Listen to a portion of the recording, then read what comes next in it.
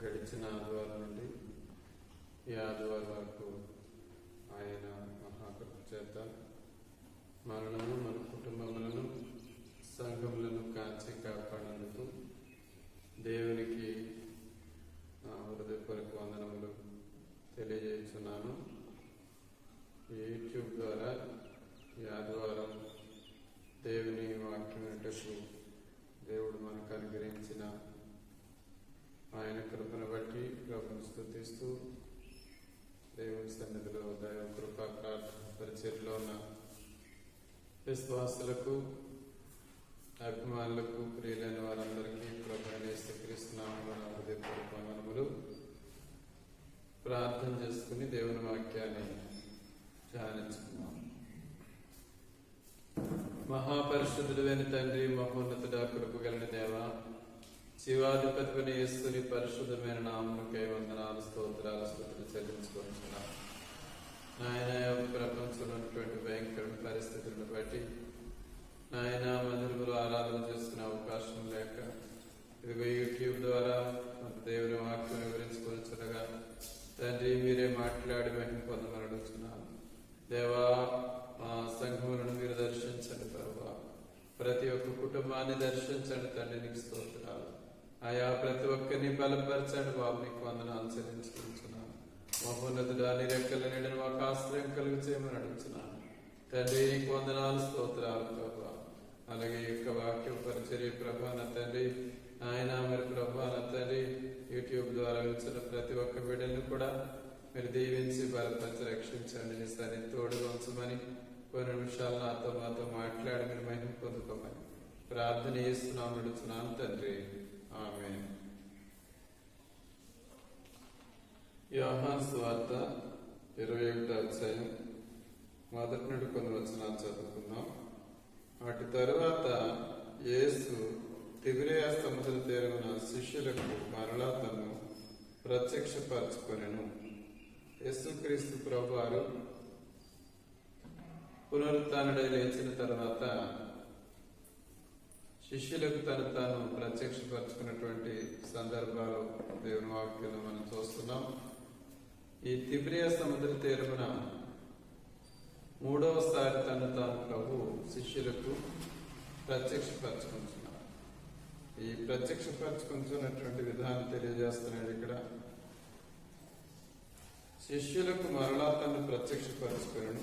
ఆయన తను ప్రత్యక్షపరచుకున్న విధమేమనగా సీమోను పేతురును, దిదుమనకుడును తోమాయు, గలిలయలోని కానామూరు వాడకు నతనేయులను, జెబెదయి కుమారులను, ఆయన శిష్యుల్లో మరి ఇద్దరును కూడి ఉండిరి. ఇక్కడ ఉన్నటువంటి శిష్యులు పేర్లు చెప్తా ఉన్నాడు. సీమోను పేతురు, దిదుమనకుడు తోమ, గలిలయలోని కానామూరు వాడకు నతనేయులు, జెబెదయి కుమారులు, ఆయన శిష్యుల్లో మరి ఇద్దరు కూడి ఉండగా పేతురు చెప్పిన మాట, సీమోను పేతురు, నేను చేపలను పట్టబోదని వారితో అనగా వారు మేమును నీతో కూడా వచ్చేదమని వారు వెళ్ళి లోని ఎక్కిరి గాని ఆ రాత్రి ఏమీ పట్టలేదు. ఈ సందర్భాన్ని మనం ఆలోచించినప్పుడు సీమోను పేతురు అదే వృత్తిలోంచి ప్రభు యొక్క పిలుపుని అందుకుని దేవుని పరిచర్యలో అడుగు పెట్టాడు. పేతురు చెప్పిన మాట, నేను చేపలను పట్టబోదును అని చెప్పినప్పుడు మిగిలిన శిష్యులు కూడా మేమును నీ వెంట వచ్చేదము అని చెప్తున్నారు. ఆ పని నుంచి వాళ్ళు బయటకు వచ్చారు. ప్రభు సేవకునిగా పేతురు ప్రభు శిష్యునిగా వాడబడుతున్న సందర్భాల్లో మరలా తన ప్రాచీన స్థితిని జ్ఞాపకం చేసుకుంటున్నాడు. చాలాసార్లు విశ్వాసులుగా, సేవకులుగా మన ప్రాచీన స్వభావాన్ని మనం జ్ఞాపకం చేసుకుంటూ అనేక రకాలుగా ఆలోచిస్తాం. కానీ ప్రభు చెప్తున్నాడు, ప్రాచీన స్వభావం విడిచిపెట్టి నవీన స్వభావం ధరించుకోమంటున్నాడు. మనం ప్రభు సన్నిధిలో రక్షించబడిన తర్వాత, దేవుని పిలుపునందుకు సేవలోకి వచ్చిన తర్వాత నూతనమైన తీర్మానాలు, నూతనమైన తలంపులు, నూతనమైన ఆలోచనలు, నూతనమైన ఉద్దేశములతో మనం ముందుకు సాగిపోవలసిన వారమేనాం. ఎందుకనగా ప్రభు చెప్తున్నారు, పాతవి గతించెను, ఇదిగో సమస్తమును క్రొత్తవాయెను. కాబట్టి విడిచిపెట్టిన దాన్ని మరలా సీమోను పేతురు జ్ఞాపకం చేసుకుని, నేను అదే పనికి నేను చేపలు పట్టబోదును అని అన్నప్పుడు మిగిలిన శిష్యులు పేతురికి ఏమీ చెప్పకుండా మేమును నీ వెంట వచ్చేదనని చెప్తూ ఉన్నారు. కొన్ని విషయాల్లో ఆలోచన లేకుండా ఒకరు ఏదన్నా చెప్తే అదే మాటను మనం ఏకీవిస్తూ ఉంటాం. కానీ ప్రభు చెప్తున్నారు, వివేచించాలి. అందుకే వాక్యం చెప్పి మాట్లాడటకు నిదానించి వాడవలను, వింటకు వేగిరి పడవారి వలను ఉండవలను. ఇక్కడ పేతురితో మిగిలిన శిష్యులు కూడా వెళ్ళి రాత్రంతా ప్రయాసపడి మరి వారు ధోని ఎక్కిరి గాని ఆ రాత్రి ఏమీ పట్టలేదు. రాత్రంతా ప్రయాసపడ్డప్పుడు కనీసం కొంచెం కూడా ప్రయోజనం లేకుండా ఏమీ చేపలు పట్టలేని స్థితి వారి దగ్గర కనిపిస్తా ఉంది. వారికి ఆలోచన రావడానికి కృపగల దేవుడు సముద్రానికి ఆజ్ఞాపించి, చేపలకు ఆజ్ఞాపించి, ఏ విధమైన చేపలు అక్కడ పడకుండాట్లు ఆయనే చేస్తున్నారు అని నాకు తలపు. ఒక చేప కూడా వారికి దొరకలేనప్పుడు ప్రభు వారిని ఆ రాత్రి పరీక్షిస్తా ఉన్నారు. కానీ ఒకవేళ విశ్వాసములకు అనేక పరీక్షలు కలిగిన ఏ స్థితిలో కూడా ఆయన మనలను విడిచిపెట్టే దేవుడు కాదు అనడానికి ఇక్కడ ఆనవాలుగా సూర్యోదయం మొగుచుండగా యేసు ధరిని నిలిచెను. రాత్రంతా ఏ రకమైన ప్రయోజనం అక్కడ కనిపించలేదు. కానీ సూర్యోదయం అయ్యేటప్పటికీ సాక్షాత్తు యేసుక్రీస్తు ప్రభువు వారు ధరిని నిలిచున్నారు.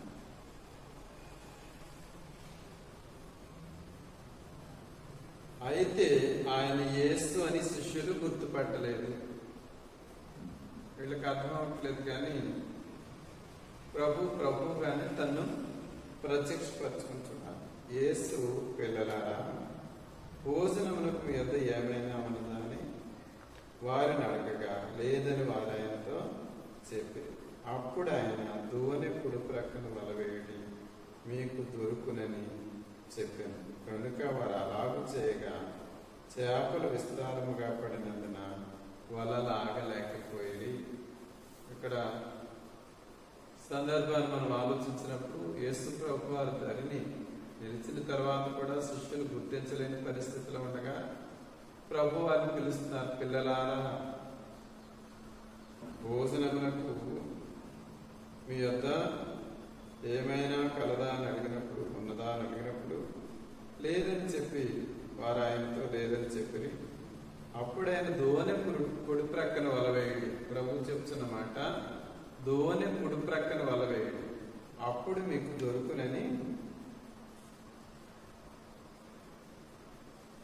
చెప్పాను. కనుక వారు అలాగూ చేయగా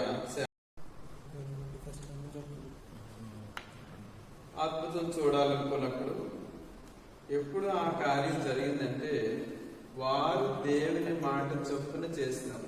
మన జీవితాల్లో కూడా మనం ఆలోచించినప్పుడు ఏదైనా కార్యం మన జీవితాల్లో జరగాలంటే దేవుని మాట చొప్పున చేయడం. ఆ కానాలో వివాహం జరిగినప్పుడు అక్కడ ద్రాక్షారసం పొదవైనప్పుడు మరియా శిష్యులు పిలిచి చెప్పిన మాట ఏంటంటే, ఆయన మీతో చెప్పినది చేయుడి. ఆయన చెప్పింది వారు చేసినప్పుడు అక్కడ అద్భుతం జరిగింది. ఇక్కడ శిష్యుల జీవితాల్లో, సిమోన్ పేతురు జీవితంలో మనం చూసినప్పుడు దోణి కుడి ప్రక్కన వలవేయమని ప్రభు చెప్పినప్పుడు ఆ మాటకు లోబడి వారు దోణి కుడి ప్రక్కన వలవేసినప్పుడు చేపలు విస్తారంగా పడినందున వల లాగలేకపోయారు. కాబట్టి యేసు ప్రేమించిన శిష్యుడు ఆయన ప్రభు సుమేన పేతురుతో చెప్పిన, ఆయన ప్రభు అని సిమోను పేతురు విని వస్త్రహీనుడైనందున పైబట్ట వేసి సముద్రంలో దుమ్ముకాను. ఇప్పుడు పేతురు గుర్తించాడు ప్రభుని. వెంటనే ఆ సముద్రంలోకి దుమికెను అని వాక్యం చదివిస్తాం. ధరించి నుంచి 100 మూరల దూరం ఉన్నందున తక్కిన శిష్యులు చేపల గల వదలాగుచు చిన్న దోణిలో వచ్చి వారు దిగి దరికి రాగానే అక్కడ నిప్పులను వాటి ఉంచబడి చేపలను రొట్టె కనగను. యేసు మీరు ఇప్పుడు పట్టిన చేపలలో కొన్ని తీసుకుని రండని వారితో చెప్పగా సీమోను పేతురు దోణి ఎక్కి వలను దరికి లాగిన. అది 153 గొప్ప చేపలతో నిండి ఉండేను. ఎంత ఆశ్చర్యం! రాత్రంతా ఒక్క చేప కూడా వలలో వాళ్ళకి దొరకలేని పరిస్థితిని వాళ్ళు ఎదుర్కొన్నారు. కానీ దేవుని మాట చొప్పున చేసినప్పుడు 153 గొప్ప చేపలతో వల నిండిపోయింది. చేపలు అంత విస్తారంగా పడినను వల పిగలలేదు. సాధారణంగా ధోనికి వలను దొరికిలాగిన 153 గొప్ప చేపలతో 153 గొప్ప చేపలతో నిండి ఉండేది. చేపలకు విస్తారంగా పడిన వల పిగలేదు. సాధారణంగా వలలో చేపలు పడ్డప్పుడు వల పిగిలిపోయే పరిస్థితి ఉంటుంది. కానీ గొప్ప చేపలతో వల నిండి ఉన్న వల పిగలలేదు. చేపల్లో మనకు కనిపిస్తుంది ఐక్యత. 133 కీర్తనలు చెప్తాడు, సహోదరుల ఐక్యత కలిగి ఉంటా ఎంత మేలు, ఎంత మనోహరమైన. కానీ ఆ వలని జాగ్రత్తగా అవన్నీ కూడా కాపాడినట్టు మనం చూస్తూ ఉన్నాం. దేవుని సంఘంలో ఎంతమంది సభ్యులు చేరినా సమాధానం అనే బంధాన్ని, ఆత్మ కలిగించే ఐక్యతని కాపాడుకోవాలని దేవుని వాక్యం సెలవిస్తూ ఉంది. కాబట్టి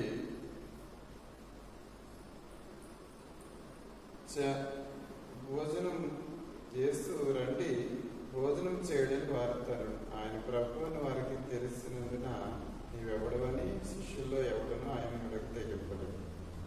ఏసు వచ్చా రొట్టెలు తీసుకుని వారికి పంచిపెట్టును. అలాగే చేపలు కూడా పంచిపెట్టు.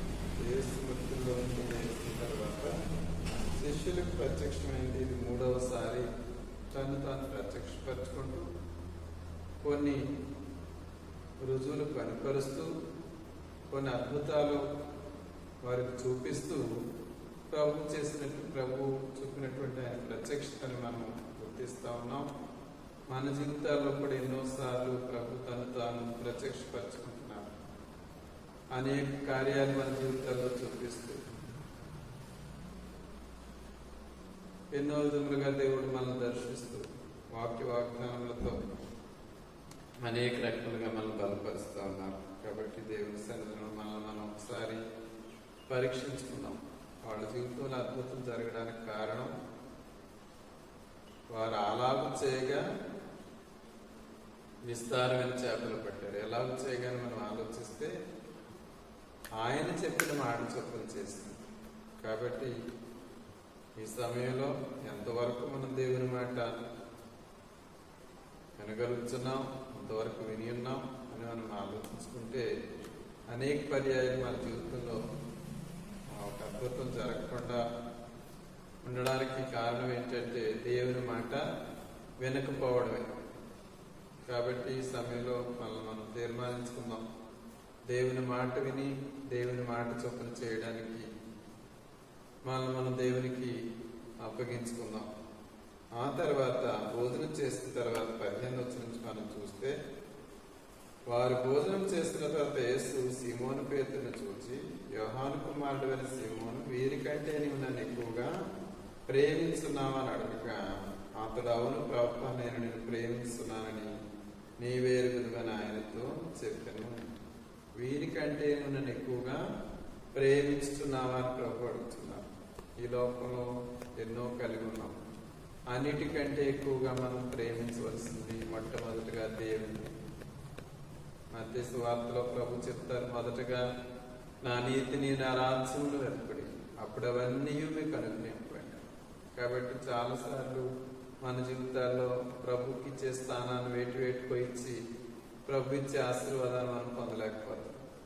ఇక్కడ స్పష్టంగా ప్రభు అడుగుతున్నారు, వీరికంటే ఎక్కువగా నీవు నన్ను ప్రేమించుచున్నావా? ప్రశ్నార్థక వేస్తాడు. వెంటనే యోహాను చెప్తున్నాడు, ప్రభువా నేను ప్రేమిస్తున్నానని నీవెరుగుదువని ఆయనతో చెప్పాను. యేసు నా గొర్రె పిల్లలను మేపుమని అతనితో చెప్పాను. వెంటనే యోహానికి ఒక బాధ్యతను అప్పగించాడు, నా గొర్రె పిల్లలను మేపు. తర్వాత మనం ఆలోచించినప్పుడు మరలా ఆయన యోహాను కుమారుడైన సీమోను నీవు నన్ను ప్రేమిస్తున్నావా అని రెండవసారి అతనుగా అతడు అవును ప్రభువా నేను నిన్ను ప్రేమిస్తున్నానని నీవెరుగుదువని ఆయనతో చెప్పాను. ఆయన నా గొర్రెలను కాయమని చెప్పాను. మొట్టమొదటిగా నా గొర్రె పిల్లలను మేపుమని ప్రభు ఒక బాధ్యతని యోహాను చెప్పారు. యోహాను కుమారుడైనటువంటి సీమోను చెప్పారు. తర్వాత ఇక్కడ రెండవదిగా చూస్తే నా గొర్రెలను కాయమంటున్నాను. గొర్రెలను కాసుకోవాలి. ఎందుకంటే మరి కాపరి గొర్రెల్ని సరిగా కాయకపోతే తోడేలు వాటిని ఎత్తుకుని పోయే పరిస్థితి ఉంటుందని యోహాను సువార్త 10వ అధ్యాయం తెలియజేస్తూ ఉంటాడు. కాబట్టి ఈ గొర్రెలను ఏ పరిస్థితిలో ఉన్నాయో కాపరి గుర్తించాలి. గొర్రెలు అనగా మనకు తెలుసు, మనకు అప్పగించినటువంటి విశ్వాసం. నేను గొర్రెలకు మంచి కాపరిని చెప్పిన ప్రభు ఆ గొర్రెలని కాపరి ఎంత శ్రద్ధతో చూసుకుంటాడో ఒక సేవకుడు సంఘాన్ని కూడా అదేవిధంగా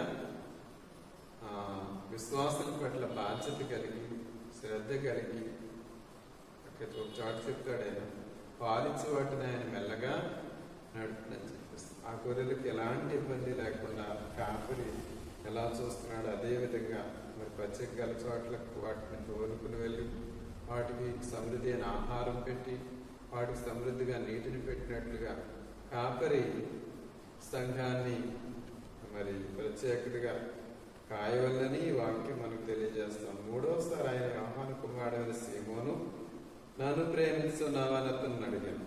నన్ను ప్రేమిస్తున్నావని మూడవసారి తను అడిగినందుకు పేతురు వ్యసనపడి, ప్రభువా నువ్వు సమస్తం ఎరిగిన వాడు నిన్ను ప్రేమిస్తున్నానని నీవే ఎరుగుదని ఆయనతో చెప్పాను. అదే మాటని మూడవసారి అడిగినప్పుడు పేతురు వ్యసనపడినట్టుగా చూస్తున్నాం. ఆయన పేతురు చెప్తున్నాడు, సమస్తం నువ్వు ఎరిగిన వాడవు, నిన్ను ప్రేమిస్తున్నానని నీవే ఎరుగుదు అని చెప్పినప్పుడు యేసు నా గొర్రెలను మేపుము అంటున్నాడు. మొట్టమొదటిగా నా గొర్రె పిల్లలను మేపమన్నాడు. రెండవదిగా నా గొర్రెలను కాయమన్నాడు. మూడవది చూస్తే నా గొర్రెలను మేపు, గొర్రెల్ని మేత స్థలాలకు తీసుకెళ్ళాలి. దావీదు అనుభవాలు మనం చూస్తే యెహోవా నా కాపరి నాకు లేమి కలుగు, పచ్చిక గల చోట్ల ఆయన నన్ను కరుణ చేయించున్నాడు, శాంతికరమైన జలం ఎందుకు ఆయన నడిపించున్నాడు. కాపరి అనుభవాన్ని దావీదు తెలియజేస్తుంది. ఎందుకంటే కాపరిగా దావీదున్నాడు. యేసుక్రీస్తు ప్రభు కూడా మన ఆత్మల కాయు ప్రధాన కాపరిగా ఉన్నాడు. కాబట్టి మన ఆత్మీయ జీవితాలు వ్యక్తిగతంగా మనం పరిశీలన చేస్తున్నాం. అప్పుడు ప్రభు చెప్తున్నాను, నా గొర్రెలను మేపు, నీవు ఎవరుడవై ఉండినప్పుడు నీ అంతటా నీవే నడుము పెట్టుకుని నీకు ఇష్టమైన చోటు పెడుతుండేవి. అసలు వాడమైనప్పుడు నీ చేతులు నీకు చాచుతూ వేరొకరు నేను అడుగు పెట్టి నీకు ఇష్టం కాని చోటుకి నిన్ను మోసుకొని పోనని నీతో నిశ్చయముగా చెప్తున్నాను అతనితో చెప్పాను. కాబట్టి ఈ భాగం అంతా మనం ఆలోచన చేసినప్పుడు మరి యేసుక్రీస్తు ప్రభువారు సీమోను పేతురికి బాధ్యతను అప్పగించి ఉన్నాడు. అదే రీతిలో ప్రభు మనం కూడా బాధ్యతను అప్పగించున్నాడు. ఆయన ఇచ్చినటువంటి సేవ భారం, ఆయన అప్పగించిన పని ఎంతవరకు మనం నమ్మకంగా ఇంతవరకు చేయగలిగామన్నది వ్యక్తిగతమైన ప్రశ్న మనం వేసుకున్నప్పుడు నిజంగా చాలాసార్లు దేవుని మాట చొప్పున మనం చేయలేని పరిస్థితులు కనపడుతున్నాయి. మొదటి భాగం చూసుకున్నప్పుడు వారు అలాగు చేయగా విస్తారమైన చేపలు పట్టినని వాక్యం చెప్తుంది. కాబట్టి ఇంతవరకు సేవా జీవితంలో విశ్వాస జీవితంలో ఆయన చెప్పినట్టుగా మనం చేసిన అనుభవం మనకు లేకపోతే ఒకసారి మరలా మనం ప్రభు సన్నిధిలో తీర్మానించుకున్నాం. ఎందుకంటే ప్రస్తుతం దేవుడు ఎంతో సమయం ఇచ్చినప్పుడు ఆ సమయాన్ని మనం వాడుకోలేని పరిస్థితి, ఆ సమయాన్ని దుర్వినియోగం చేసినటువంటి సందర్భాలు కూడా మనకు తెలుసు. కానీ మరలా దేవుడు మనల్ని మనం సిద్ధపరచుకోవడానికి ఈ ప్రత్యేకమైనటువంటి సమయాన్ని ఇచ్చారు. పరిశుద్ధ మందిరాల్లోకి వెళ్ళి ప్రార్థించుకునే అవకాశం లేకపోయినా ఎవరి గృహాలు వారు ప్రార్థనా గృహాలుగా మార్చుకుని మన హృదయాన్ని దేవునికి అంకితం చేసి మన హృదయాన్ని శుద్ధి చేసుకుని దేవుని చిత్తం ఏంటో గమనించుకుని మరలా దేవా నీ మందిరంలో ఆరాధించుకునే అవకాశం మాకు దయచేయి. నీ సువార్తను ప్రకటించే శక్తిని మాకు దయచేయి. ఎందుకనగా ఈ ప్రస్తుత పరిస్థితులు చూసినప్పుడు అందరూ భయపడుతున్నాం. కానీ దేవుని మాట వల్ల తప్ప ఈ భయంకర పరిస్థితుల నుంచి విడిపించే నాదులు ఎవ్వరూ మనకు లేరు. కాబట్టి దేవుని పాదాల దగ్గర విజ్ఞాపనం చేయవారుగా, ప్రార్థించేవారుగా,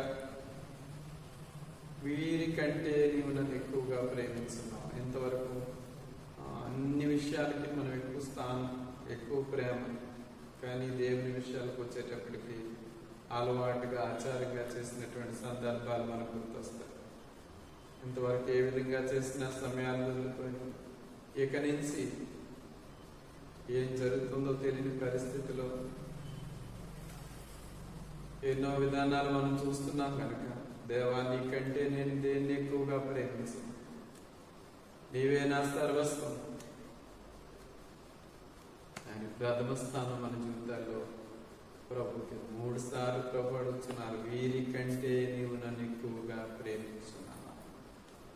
మనకిచ్చిన కుటుంబం కంటే, మనకిచ్చినటువంటి సమస్త ఈవుల కంటే, అన్నిటికంటే ఎక్కువగా మొట్టమొదటిగా దేవుని ప్రేమించే అనుభవం, దేవుని వాక్యాన్ని ప్రేమించడం, దేవుని సన్నిధిని ప్రేమించడం, యెహోవాను వెతుకుడి, ఆయన బలమును వెతుకుడి, ఆయన సన్నిధిని నిత్యము వెతుకుడి అని చెప్పి ప్రభు చెప్పి ఉన్నారు.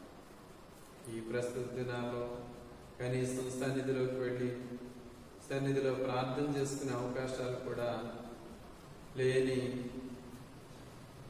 పరిస్థితిలో మనం ఉన్నాం. కాబట్టి ఈ సందర్భంలో ఒక్కసారి మనం ఆలోచించుకున్నాం.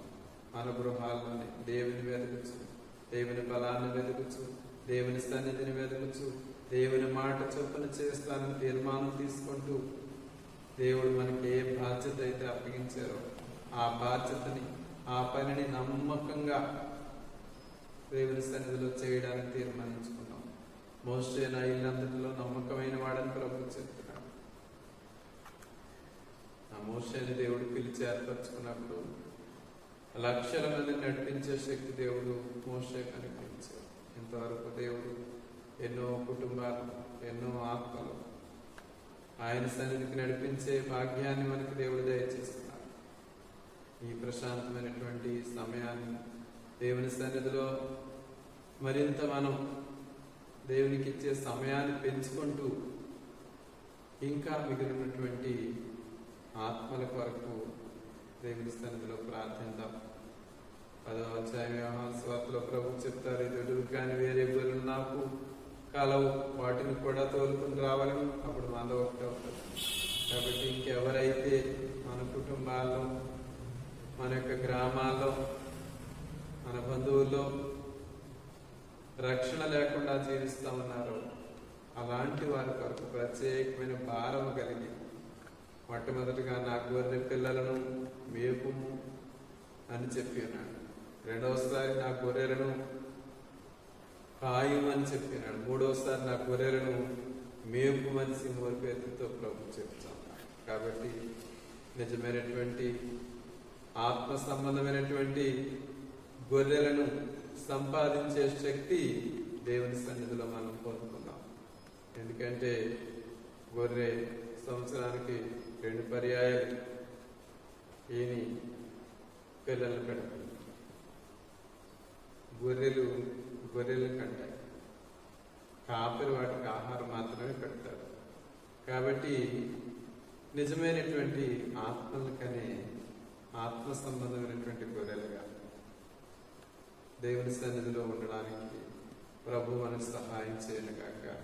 నమ్మకమైన కాపరిగా మంచి ఆహారాన్ని గొర్రెలకు పెట్టి గొర్రెల పట్ల శ్రద్ధ కలిగి బాధ్యతాయుతమైనటువంటి సేవా పరిచయంలో ముందుకు సాగిపోవడానికి పరిశుద్ధాత్ముడు మనకు సహాయం చేయను కాక. కాబట్టి మనం ఒకసారి ప్రభువుకి అప్పగించుకున్నాం, మరొకసారి తీర్మానం చేసుకున్నాం. ప్రభువా, నిజంగా నీవు అప్పగించిన పని నేను నీ కొరకు నమ్మకంగా చేస్తాను. ఈ లోకంలో నీకంటే దేన్ని నేను ఎక్కువగా ప్రేమించి దేవునికి మొదటి స్థానం ఇస్తాను. దేవుని కొరకు ఆలోచనలు కలిగి, దేవుని పని కొరకు ఆలోచన కలిగి దేవుని సన్నిధిలో సాగిపోవడానికి పరిశుద్ధాత్మ దేవుడు మనకు సహాయం చేయను గాక. దేవుడి మాటలు దీవించి ఆశీర్వదించను గాక. ప్రార్థన చేస్తున్నాం. మహాపరిశుద్ధుడైన తండ్రి, మహోన్నతుడా, కృపగల రక్షక, జీవాధిపతిని యేసు, నీ పరిశుద్ధమైన ఘనమైన శ్రేష్టమైన ఉన్నతమైన నామాన్ని బట్టి నేను స్తుతించుకుంటున్నాను. ప్రభువా, ఇంతవరకు నీవు కృప చూపినావు తండ్రి, నీకు స్తోత్రాలు. ఇదిగో నాయన, పునరుత్థానుడుగా ఆయన సమాధిని జయించి నీవు తిరిగి లేచిన తర్వాత శిష్యులకు నీవు ప్రత్యక్షపరచుకున్నావు తండ్రి. తీవ్రే సముద్ర తీరాన్ని ప్రత్యక్షపరచుకున్నావు తండ్రి. సీమోను పేతురు శిష్యులకి ప్రత్యక్షపరచుకున్నావు ప్రభు. దేవానికి వందనాలు.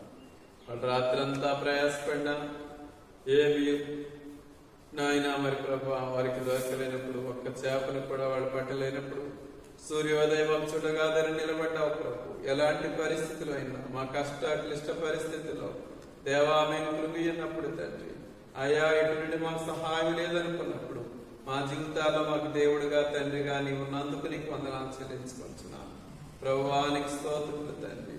అయా రాత్రంతా ప్రయాసపడినా అయా ఉదయానికి నీ కృపను మాకు చూపుతున్నందుకు నీకు వందనాలు చెల్లించుకుంటున్నాను. యేసయ్యా, నీవు లేకపోతే ఈ లోకంలో మేము జీవించలేము ప్రభువా, నీకు వందనాలు. అయా నీ మహాకృపను బట్టి నీకు స్తోత్రాలు చెల్లించుకుంటున్నాను. అయా నీ కనికరాలను బట్టి నీకు స్తోత్రాలు చెల్లించుకుంటున్నాను.